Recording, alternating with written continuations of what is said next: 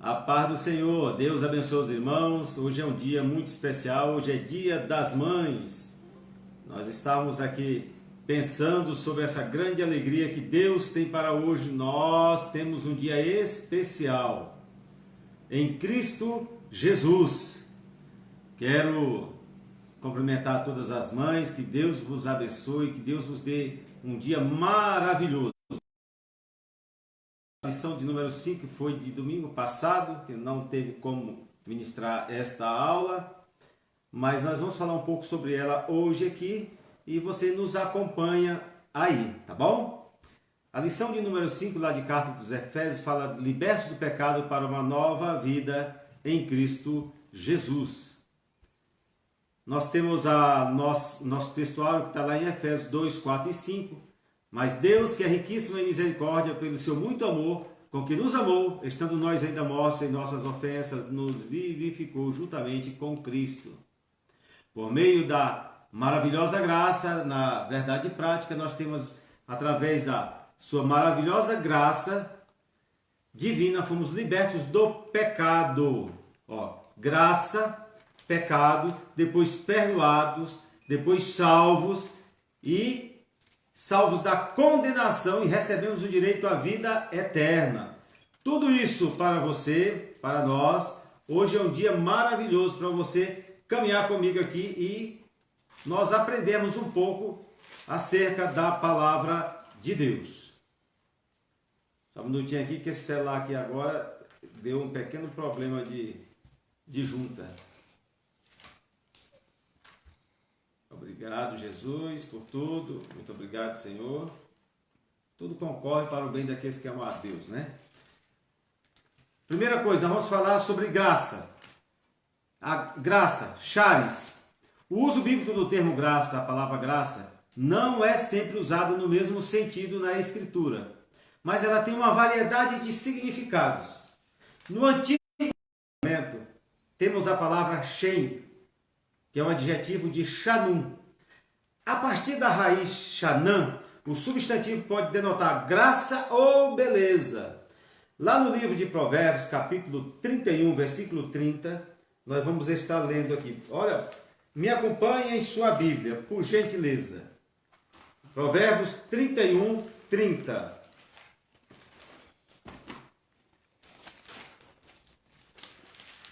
Nós estaremos aqui.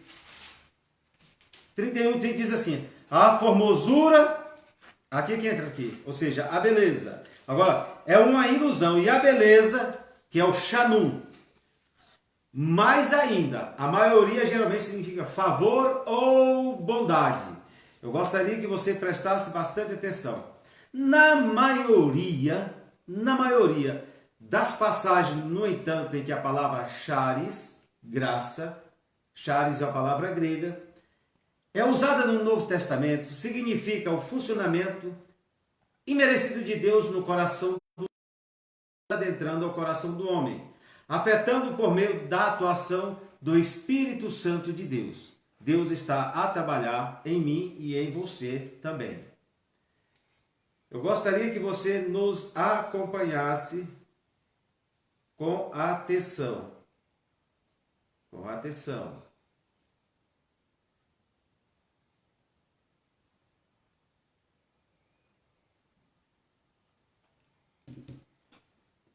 Então, charis, graça, torna-se quase um equivalente para cristianismo, ou seja, graça e cristianismo é quase uma equivalência, visto como a religião da dependência de Deus através de Cristo. Então, quando nós temos a graça, nós temos uma religião da dependência do homem através de Cristo Jesus, ou seja, você depende de Deus através de Cristo Jesus. No Novo Testamento, nós aplicamos para expressar o favor gratuito e imerecido de Deus ao homem através de Jesus Cristo. Eu gostaria que você me acompanhasse bem devagar, para que você pudesse compreender o que estamos falando. Em geral, ou às vezes, em um sentido mais limitado, mais fechado, denotam a assistência graciosa merecida do Espírito Santo, e que não só em dons milagrosos ou milagrosos, não, mas em suas influências comuns. Em ambos os aspectos, ele é chamado de Espírito de graça, que é Teis Charitos. Eu gostaria que você entendesse isso. Quando Deus derramou a sua graça sobre nós, pela graça sois salvos, isso não vem de vós, é dom de Deus, é o favor imerecido de Deus, é Deus te alcançando através do Espírito da graça que derramou sobre o teu coração. Aí agora nós vamos falar sobre o pecado. O que é pecado? A origem da palavra. Amados, em hebraico, a origem da palavra, ela traz a raiz shatat, ou da raiz shet, ou significa errar o alvo. É como se pegasse um arco e flecha e mirasse para acertar o alvo. E quando você erra o alvo, você cometeu o pecado. E em grego, o que significa o quê? Sair da rota. Em latim, é peccare, que em seu uso primitivo significava fazer passo falso, ou claudicar, perder o pé e, portanto, cair. Ou seja, você resvala. Essa é a origem da palavra pecar. Então, quando nós pecamos, quando nós erramos o alvo, quando nós saímos da rota, quando nós pisamos em falso, quando nós perdemos o pé de apoio, nós caímos da graça na presença do Senhor. Então Deus, nesse momento, está nos chamando a entendermos que precisamos manter os pés firmes sobre a rocha, para que nós não venhamos nos desviar e nem andar em falso. Eu gostaria de falar sobre a palavra salvação. A palavra salvação, ela vem de uma palavra grega que é sotéria, ou soteria, que denota libertação. Você foi liberto, você estava preso. Deus te libertou. É preservação, é cuidado de Deus. Deus pega você na mão e te preserva. Assim como eu estou com esse celular na mão aqui, Ele está te preservando, Ele está tirando você de um lugar de dificuldade e te trazendo.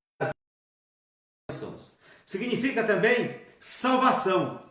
O verbo sozo, do grego sozo, significa salvar. Dessa palavra vem a palavra saúde. Ou então, pega essa palavra para você. Deus te traz saúde física e espiritual. Mas nesse momento nós estamos falando da salvação, da sotéria, da salvação espiritual. Deus está te libertando, preservando e te trazendo a salvação, que é a saúde espiritual. Deus está te trazendo saúde na tua vida. Preste atenção. O emprego desse verbo indica haver em vista uma salvação física, pessoal ou nacional, quando se refere à nação de Israel. Nesse caso, nós estamos fazendo a aplicabilidade para a igreja do Senhor Jesus Cristo. Então, Deus, na sua infinita misericórdia, está trazendo sobre a tua vida a salvação espiritual, meu amado.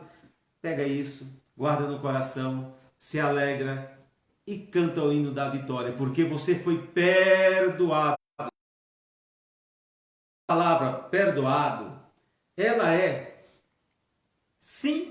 simchoretai. Olha só que palavra bonita, não é verdade? Que significa desculpa. Você foi desculpado pelo teu pecado. O perdão, essa palavra significa apiemi. Apiemi. Olha só, perdoar.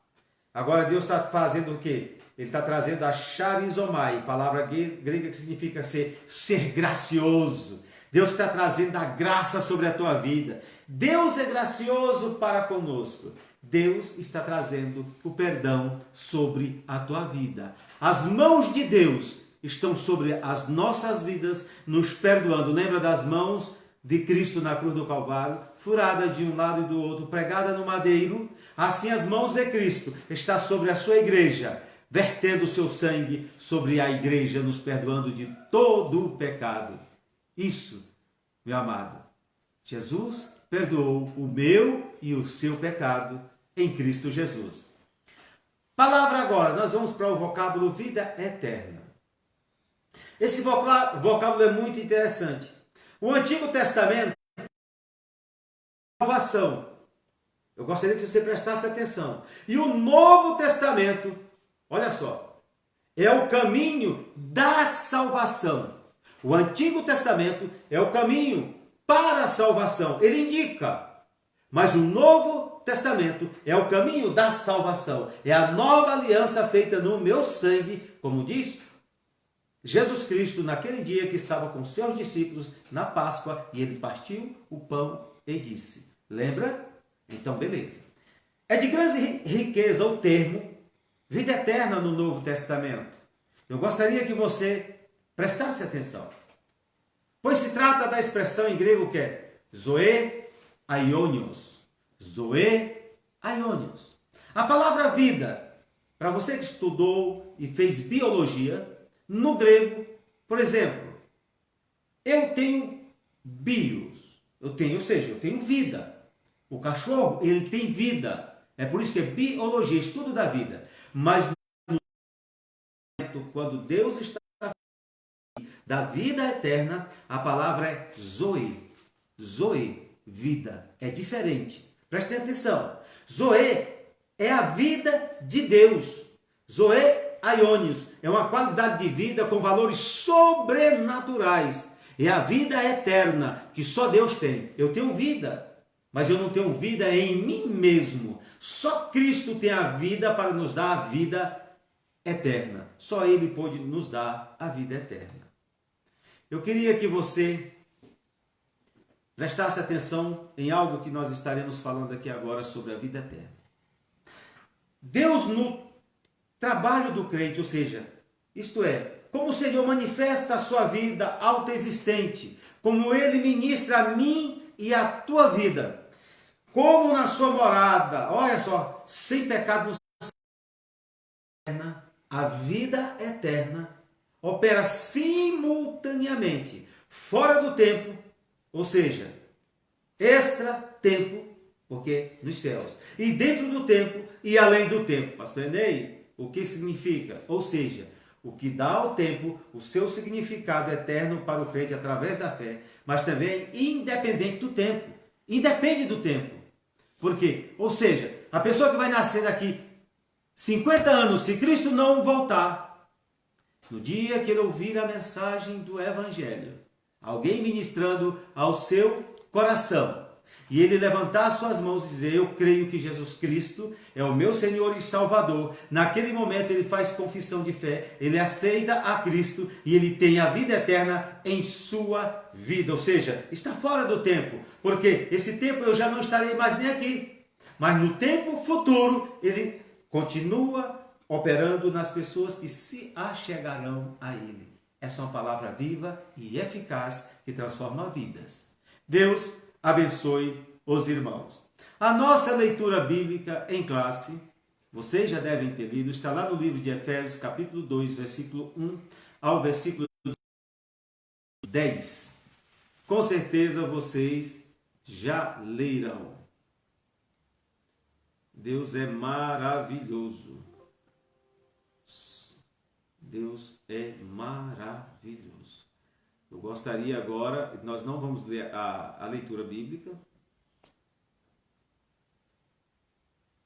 Nós vamos falar sobre os objetivos específicos. Nós vamos falar sobre objetivo geral. Então, no objetivo geral, essa lição, o que nós vamos falar? Nós vamos falar sobre a graça salvadora de Cristo, que nos garante a vida eterna.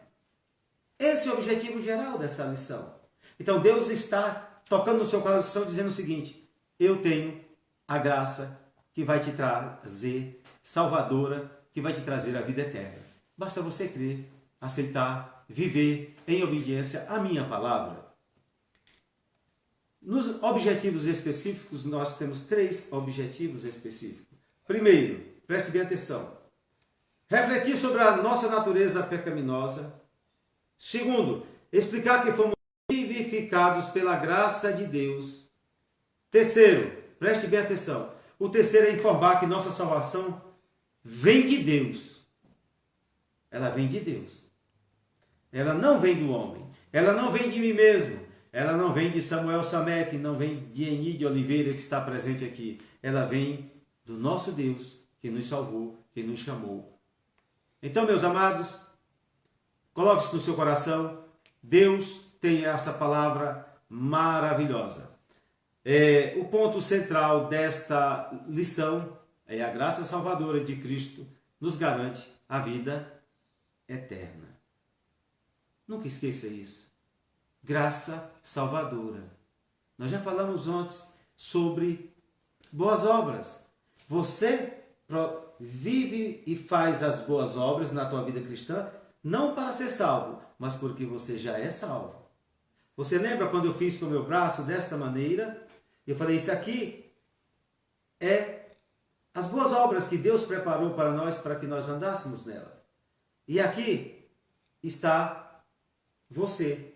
E você está aqui, ó, nas boas obras que Deus preparou de antemão para que você andasse nela. Você já pratica as boas obras, faz as boas obras, porque você já é salvo, não é para ser salvo. Deus abençoe. Nós vamos falar sobre o tópico primeiro. A antiga natureza morta em ofensas e pecados. Amados, no início do nosso estudo do livro de Efésios, ou dessa epístola, o apóstolo Paulo, ele lembra que antes da regeneração estávamos mortos em ofensas e éramos, por natureza, filhos da ira. Vocês lembram? Nós já passamos por esse versículo, que é o capítulo 2, versículo 1 e 3. Nossa condição anterior, nós já estávamos mortos, estávamos na ofensa. Essa palavra ofensa do grego paraptoma tem o sentido de passo em liberado, ou seja, você tem a intenção de cometer aquele passo em falso. Como eu digo muitas vezes aos obreiros aqui da igreja, cuidado para você não fazer a agenda do pecado. Tem gente que faz a agenda do pecado. Ele anota e diz, tal dia eu vou cometer tal pecado. Não, esse aí é um pecado que não é o paraptoma. Esse aqui não é ofensa. Esse aqui é pecado deliberado. Você está agendando para tomar atitudes futuras. A ofensa é diferença. É um passo em falso. Beleza? Vamos lá, continuar? O termo para pecado, nós já falamos qual é. É armátia, do grego. O qual descreve como aquele que erra o alvo. Também já falamos sobre isso. Então, amados, essa era a nossa condição anterior. Nós vamos falar aqui sobre o conceito de morte moral e espiritual provocada pelo pecado. Amados, inevitavelmente isso nos separa, ou separa o homem de Deus. Pastor Enei, aonde que está isso? Livro de Tiago.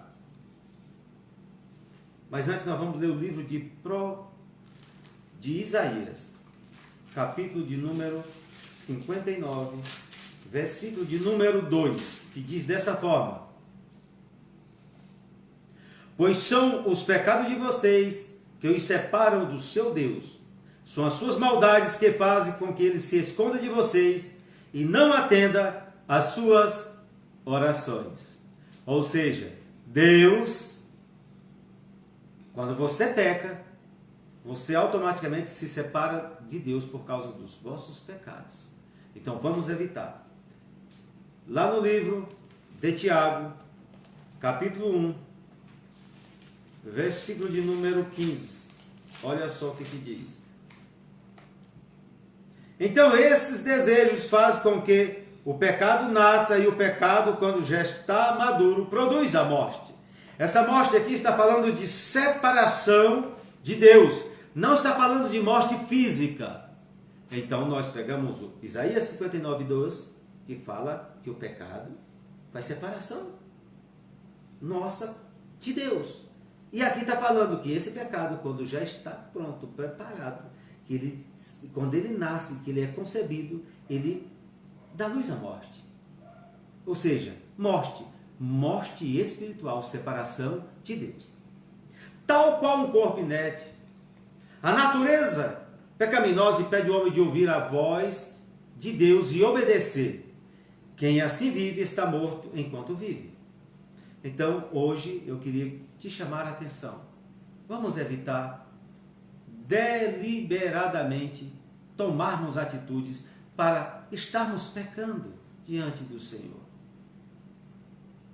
Deus nos chama e nos chamou para a santidade.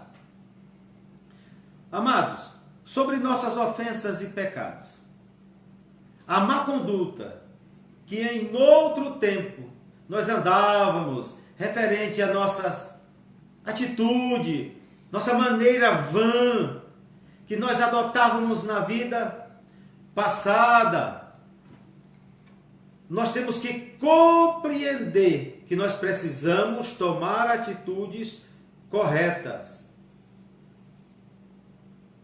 Atitudes corretas para vivermos diferente na presença do Senhor.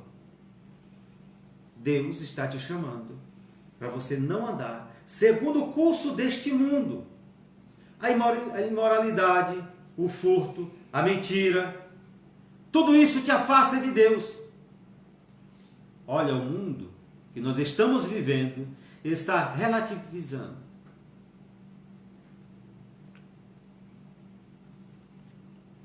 Está nos relativizando, nos mostrando que deve viver de qualquer maneira. Que o pecado é muito menos do que se ajustar à maneira do seu tempo. A Bíblia Sagrada diz lá em Romanos 12:2: não vos conformeis com este mundo. É um chamamento. Mas transformai-vos. Precisamos mudar a nossa mente. A mente precisa estar sendo mudada pela palavra de Deus. Nós precisamos estar entendendo que a palavra de Deus que habita em nós tem que estar trabalhando mudança em nossas vidas. Deus está nos chamando a uma mudança constante do Senhor. Amados, andaste segundo o príncipe da potestade do ar. O que isso significa? Isso aqui é uma alusão. É algo que está ligando a Satanás, que exerce todo o poder sobre os poderes do mal. Eu queria que você compreendesse, amado. Indica que os agentes de Satanás os agentes malignos, eles têm a capacidade de influenciar os homens à desobediência. Lá no livro de 2 Coríntios, capítulo 4, versículo de número 4, diz que o Deus deste século cegou o entendimento dos incrédulos. Eles não podem ver a luz do Evangelho de Cristo, estão cegos espirituais e são influenciados. Então nós precisamos compreender isso. A nossa luta, Paulo diz lá em Efésios capítulo 6, não é contra a carne e contra o sangue, mas a nossa luta é contra tais seres do mal.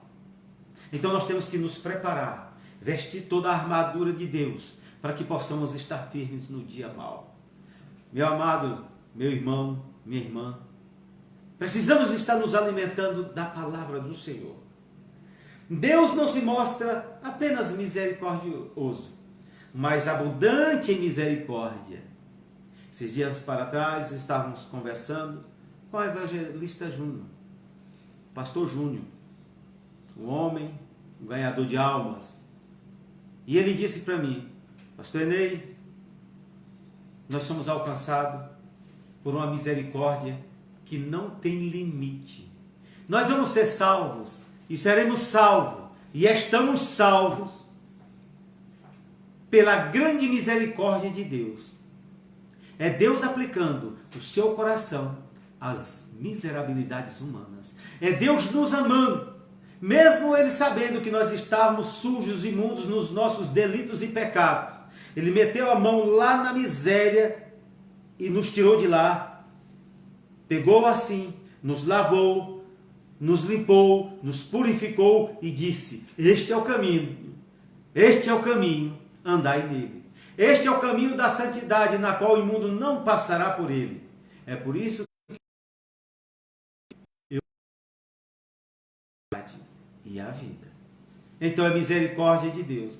Deus nos alcançou e agora nós estamos aqui felizes, louvando e adorando ao Senhor. Gostaríamos de falar sobre a parte do trecho do versículo 3 que diz assim: andávamos fazendo a vontade da carne e dos pensamentos. Amados, isso fala da nossa inclinação natural para fazer o mal. Fala da natureza adâmica caída. Todos os pecados e destituídos estão da glória de Deus. Isso fala de algo inerente à natureza humana. Nós aqui, eu e você, nós estamos incluídos. Pensamentos pervertidos, a prática de todos os desejos desordenados da carne. Agora o que acontece? Jesus te deu o Espírito Santo. Jesus te deu a palavra implantada em vossos corações, que ela é apta para salvar as nossas almas. Agora nós temos o quê? Dominar todos esses pensamentos, como diz Paulo escrevendo à igreja de Corinto. Levai todo o pensamento cativo. Olha, cativo. Pega teus pensamentos, leva ao cativo. Você tem o poder da dominância sobre eles, pelo poder do Espírito Santo que habita a tua vida. Nós éramos filhos da ira e éramos condenados e desprovidos do favor divino. Mas agora eu queria te falar uma coisa. Aprove a Deus, o Pai, nos eleger e nos predestinar para filhos de adoção. Eu e você, meu amado, nós fomos chamados para sermos, olha agora aqui, predestinados, eleitos em Cristo Jesus. E agora nós somos de Deus. Deus te perdoou de todo pecado. Nunca esqueça, gostaria de dizer para você, nunca esqueça, tenha sempre em memória, nós tivemos um novo nascimento de uma natureza nova, que substituiu a velha natureza maligna, pecaminosa, vil, que nós vivíamos no pecado. Mas agora não. Agora nós vivemos na presença do Senhor, louvando e exaltando o seu nome. Porque a natureza do pecado, ela foi retirada, ela foi vencida na cruz. E você, eu queria te falar uma coisa. A natureza do pecado, o velho homem, ele não morre. Você tem que alimentar o novo homem. O novo homem o tempo todinho. Se você deixar de alimentar através da palavra, da oração, jejum, consagração, a nova vida que Deus te deu, você começa a alimentar a velha natureza. E a velha natureza, ela tem sede pecaminosa. Ela tem sede de fazer o que não presta, o que desagrada a Deus. Porque ela está localizada dentro do teu interior. Então você tem que entender que você tem que se alimentar da palavra de Deus, de dia e de noite. Faça isso. E assim você será mais do que vencedor. Amém? Não esqueça. Vença através da palavra, da obediência a Deus. Outra coisa, síntese desse tópico. A nossa condição diante de Deus era um caos total. Estávamos escravos e vivíamos condenados à perdição e morte eterna. Mas Jesus nos resgatou em Cristo Jesus.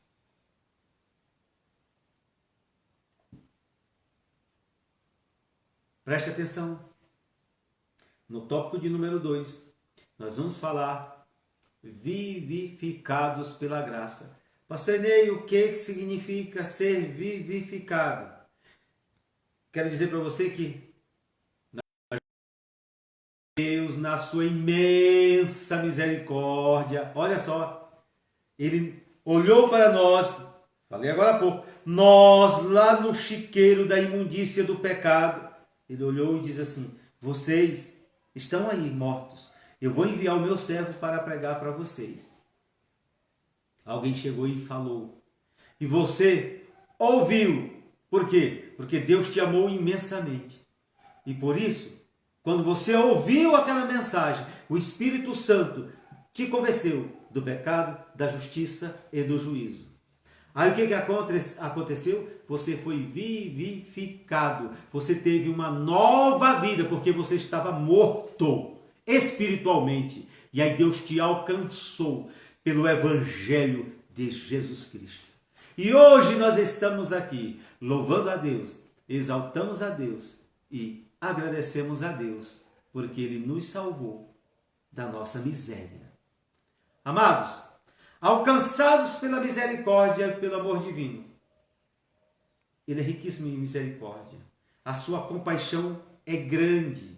Isso implica compaixão, amor, simpatia para conosco, ou seja, para os indignos. Ele cuidou de nós, foi cuidando de nós, nos tirando, foi tirando toda a sujeira e dizendo: a partir de agora eu vou te dar a nova vida em Cristo Jesus, porque eu tenho misericórdia, eu vou aplicar a vocês o meu coração, ainda vocês na sua miséria.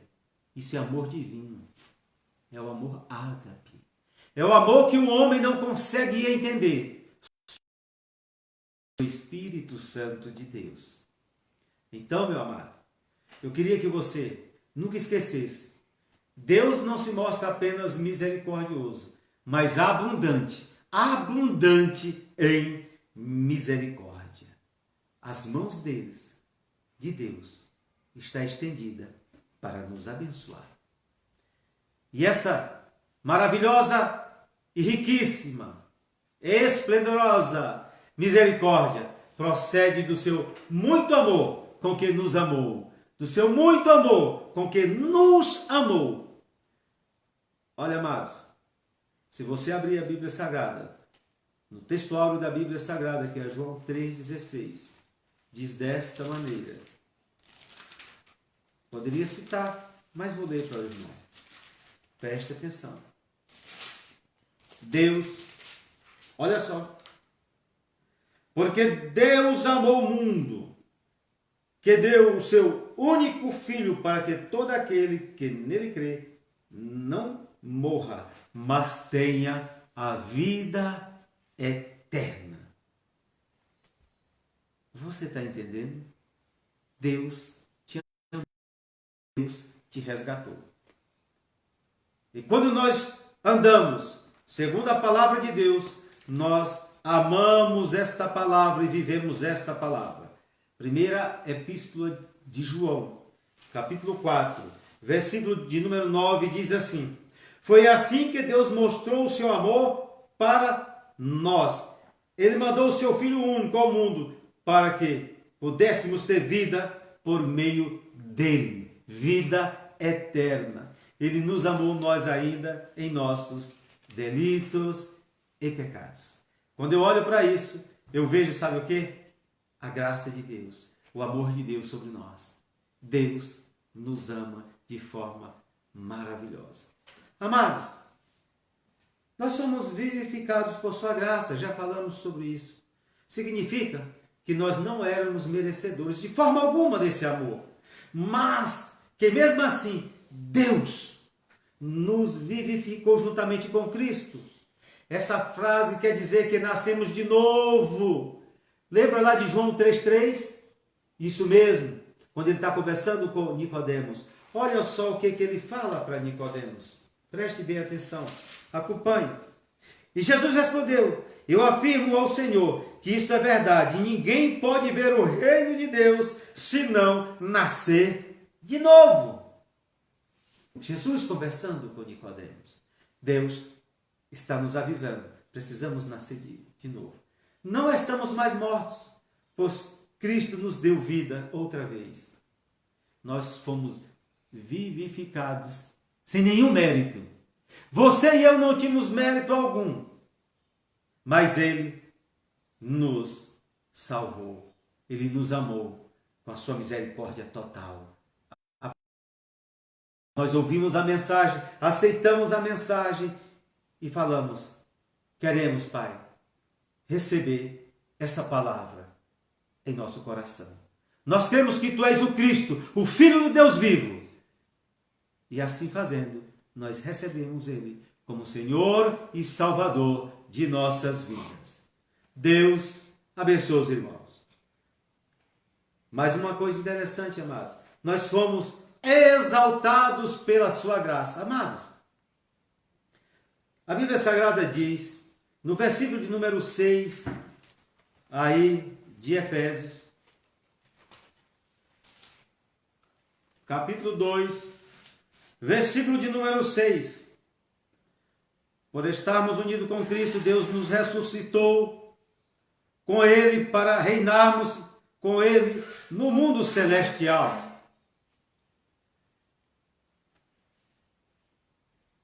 O apóstolo dos gentios ainda destaca que o poder de Deus nos ressuscitou juntamente com Ele e nos fez assentar nos lugares celestiais em Cristo. Observe, aqui nós somos exaltados. A palavra diz juntamente, indica que Deus concede ao Samuel, a todos os homens, os benefícios alcançados por Cristo, a ressurreição, a vida eterna e o galardão nos céus. Assim, Deus nos concedeu. E Ele nos mostrou as suas abundantes riquezas. Está no versículo de número 7, que diz desta maneira: Deus fez isso para mostrar em todos os tempos do futuro a imensa grandeza da sua graça, que é nossa por meio do amor que Ele nos mostrou por meio de Cristo Jesus. Olha, quero dizer para vocês, para cada um de nós, nós temos em nós ratificados o carimbo do favor divino e merecido. É a graça de Deus que nos alcançou. Cristo Jesus se entregou por mim e se entregou por você também. Glorifique a Deus, porque você é uma nova criatura. Glorifique a Deus, porque Deus te alcançou com essa graça irresistível.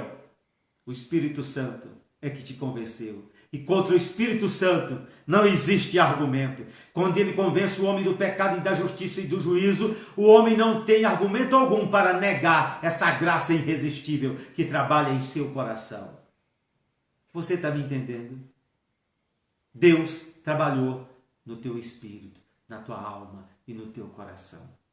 E você entendeu que era necessário receber esta palavra. E hoje que você recebeu, você foi exaltado com Cristo nas regiões celestiais. Louve a Deus por essa situação. Isso é muito maravilhoso. Eu gostaria de te falar uma coisa. Nunca esqueça. Nunca esqueça. Nós somos salvos pela graça. Lembra que nós estávamos falando? Crer no Filho de Deus nos leva à vida eterna. Crer no Filho de Deus nos conduz às mansões celestiais. Crer no Filho de Deus nos traz essa capacidade de entendimento que só através do sacrifício de Cristo Jesus nós fomos salvos, nós fomos alcançados. Eu quero que você nunca esqueça que sem fé é impossível agradar a Deus. Lá em Hebreus 11:6 fala sobre essa situação. A fé, portanto, é a atitude da nossa dependência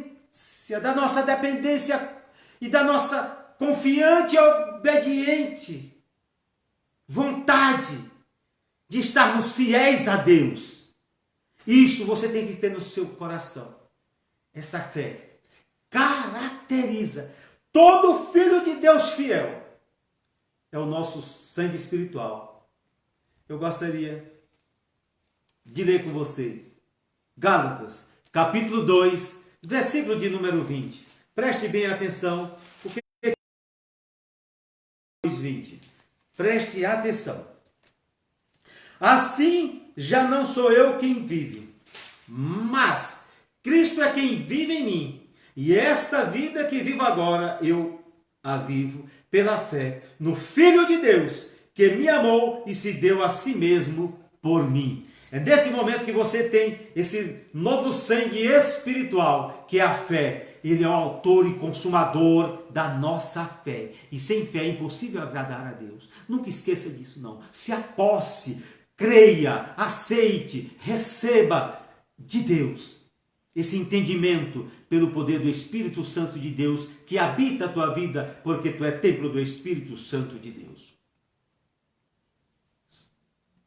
Síntese desse tópico. Nesse tópico nós falamos que o pecador passou da morte, aqui morto, nos seus delitos e pecados, para uma vida por meio divino, para uma nova vida, uma vida cheia de graça, uma vida com Cristo nas regiões celestiais. E só foi concebida por uma única coisa, pela obra da misericórdia e do amor de Deus por nós. Misericórdia e amor de Deus, graça, favor imerecido, Cristo Jesus lá na cruz do Calvário, morrendo por mim e por você. Então nunca esqueça disso. Nós estávamos mortos em nossos delitos e pecados. Você vai ser salvo e é salvo, não é porque você é bonzinho. Eu tenho Jesus no coração e está desobediente. Não, você vai ser salvo. Obedece a palavra de Deus. Você obedece o chamamento de Deus. Você se alimenta da palavra. Você entende e compreende que tem que viver uma vida de santidade e santificação em Cristo Jesus. Lembra da lição passada que eu falei sobre santificação? Agiasmos. Ágios. Santidade, agiasmos. Essa palavra significa que você tem que separar. É separado do mundo, é separado para Cristo, é uma nova vida em Cristo. Isso você não pode esquecer. Então, você tem uma nova vida em Cristo Jesus. Estamos indo para o término da nossa missão, que é o tópico de número 3.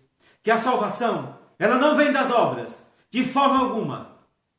Quando nós lemos lá em Efésios capítulo 2, versículo 8, 9 e 10, Paulo fala que a salvação não depende de obras humanas, né? Eu vou fazer isso. Não. Lembra do que eu falei ainda agora há pouco, que eu peguei o celular e eu fiz aqui assim, as boas obras, é a minha mão, esse meu braço aqui, e Deus preparou de antemão para que nós andássemos nela, ok? E aqui é você, isso aqui é como se fosse um trilho espiritual, as boas obras, isso aqui é o trem, e você caminha nas boas obras, mas você faz as boas obras, por quê? É para ser salvo? Não. É porque você já é salvo. Eu queria que você entendesse.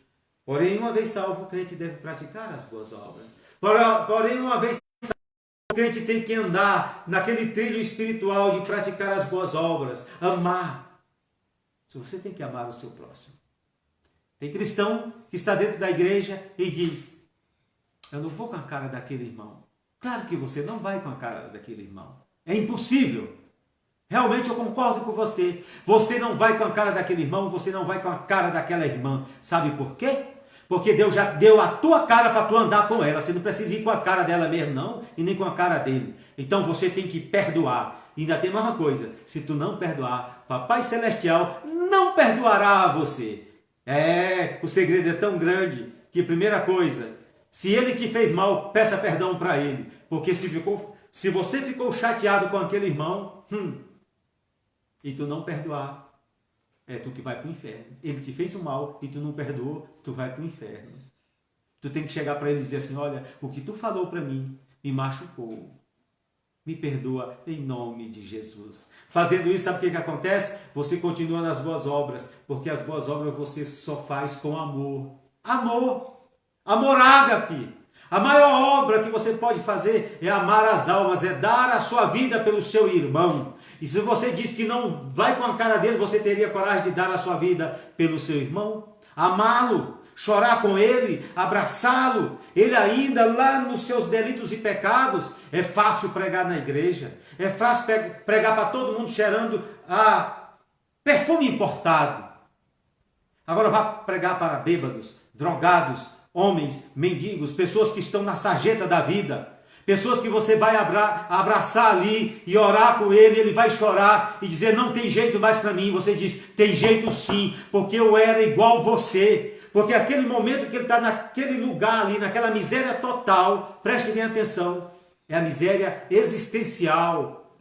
Mas a alma dele, você tem que olhar a alma que está dentro daquele corpo. Tem gente que anda todo no Armani, todo bonito, todo cheiroso, mas ele está na miséria, ele está pior do que aquele mendigo que está ali. Eu mesmo já passei em um determinado lugar e eu vi um mendigo, um homem bêbado, pregando o evangelho para o outro, dizendo, olha, não fala tal coisa. O outro estava falando assim, Deus não existe. O outro, foi louco, rapaz. O outro, que nada, rapaz, se Deus existisse, nós não estávamos nessa situação. Aí ele falou assim, olha, Deus é soberano, rapaz, Deus é soberano. Eu parei e fiquei escutando a conversa. Aí virei para ele e falei assim, olha, você está aqui hoje. Deus te deixou ficar aqui hoje, porque você precisava estar falando essa palavra para essa pessoa. Tu sabe o que eu lembrei? Eu lembrei de um texto. Se nós nos calarmos, as próprias pedras clamarão. Naquele momento eu vi uma pedra clamando, falando do amor de Deus, da soberania de Deus. E eu ministrei sobre aquela vida. Então, meu amado, eu e você precisamos entender que a salvação não vem das obras. Faça a vontade do Pai. Pregue a palavra, ministre a palavra. Ame as pessoas. A graça, ela é o meio da salvação. Nós já falamos na introdução. É achares. Graça, é favor imerecido. Ela te alcançou.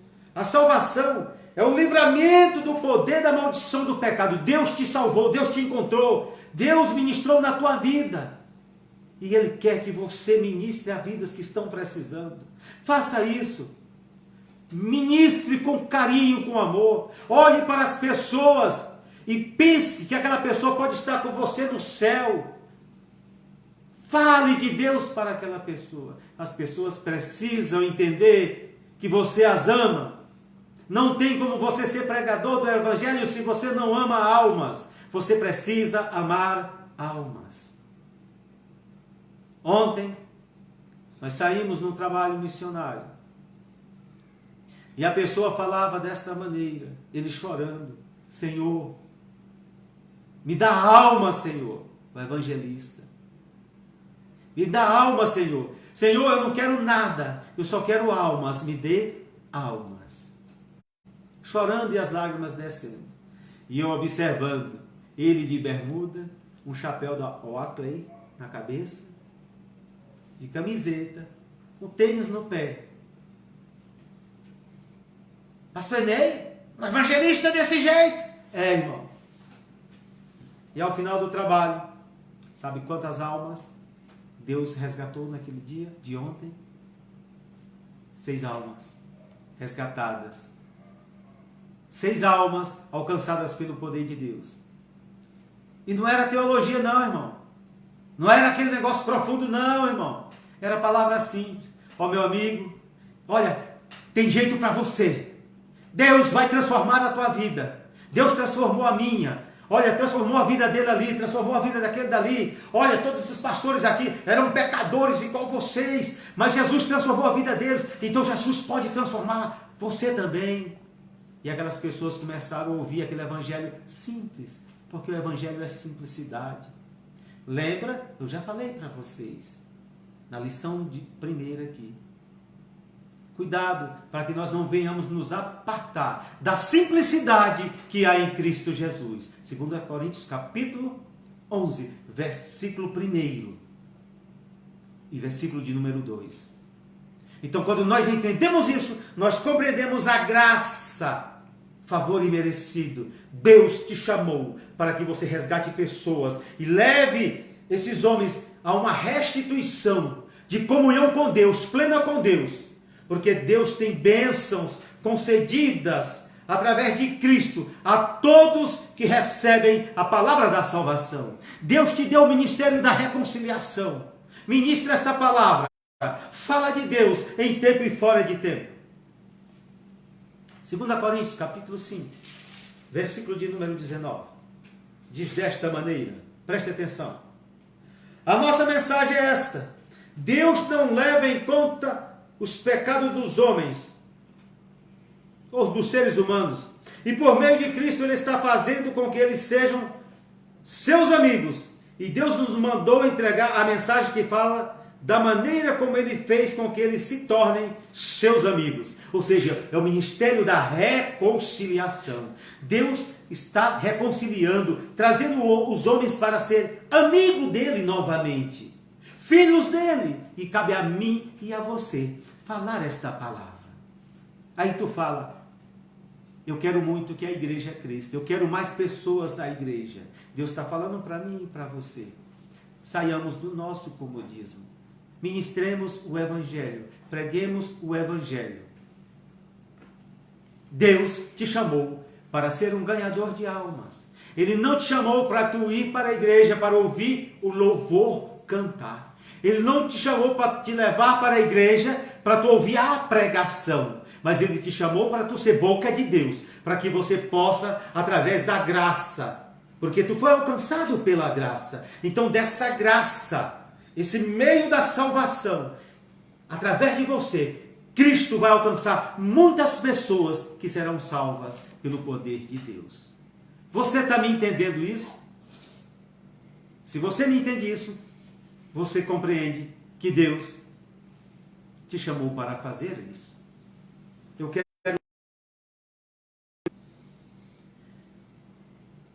Eu quero que você entenda. Deus te deu um negócio chamado livre-arbítrio. Livre-arbítrio, tomada de decisão. Olha, vou fazer desse jeito aqui, ó.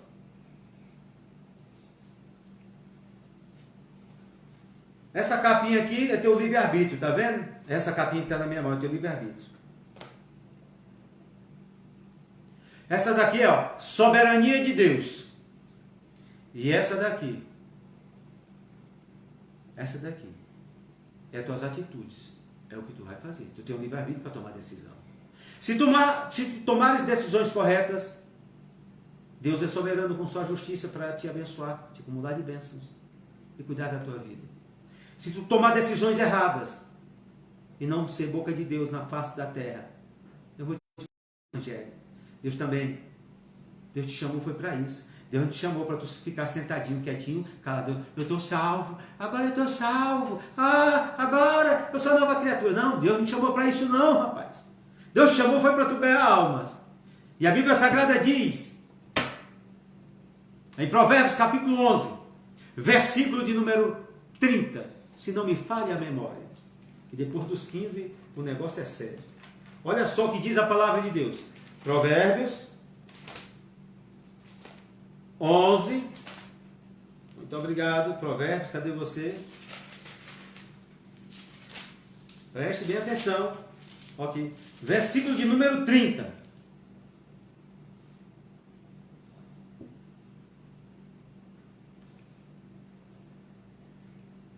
Quem ganha almas, sábio é. Quem ganha almas, sábio é. Em outra tradução diz assim: quem aumenta o número de amigos é sábio. Lembra que eu te falei?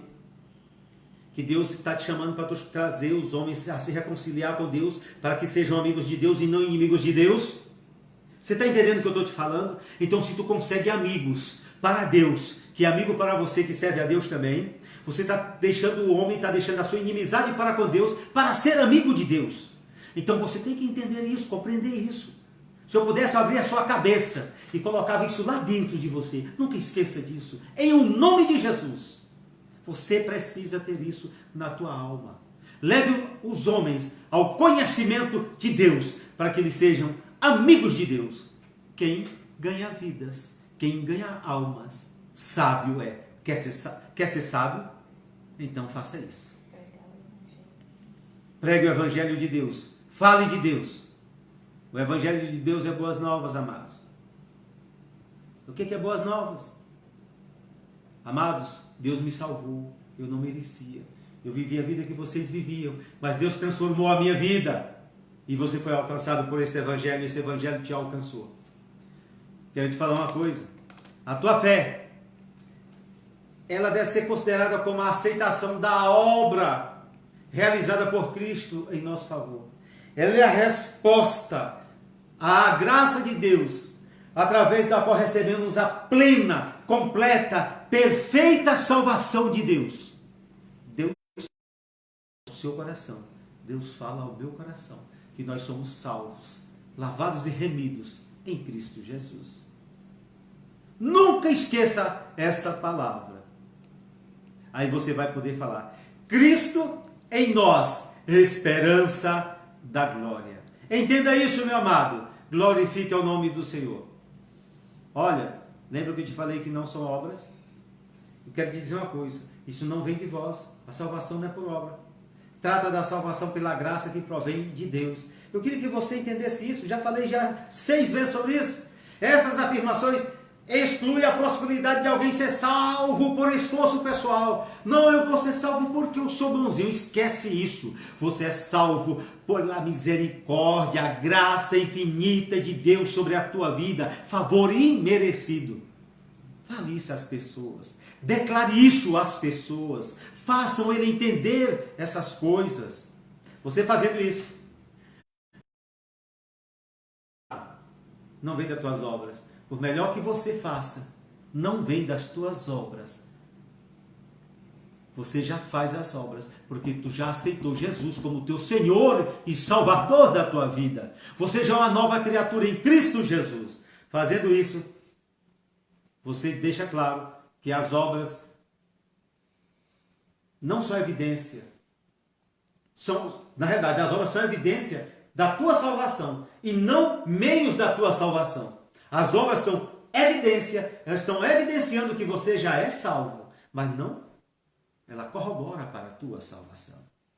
Mas é obrigado que você ande nas boas obras e faça as boas obras.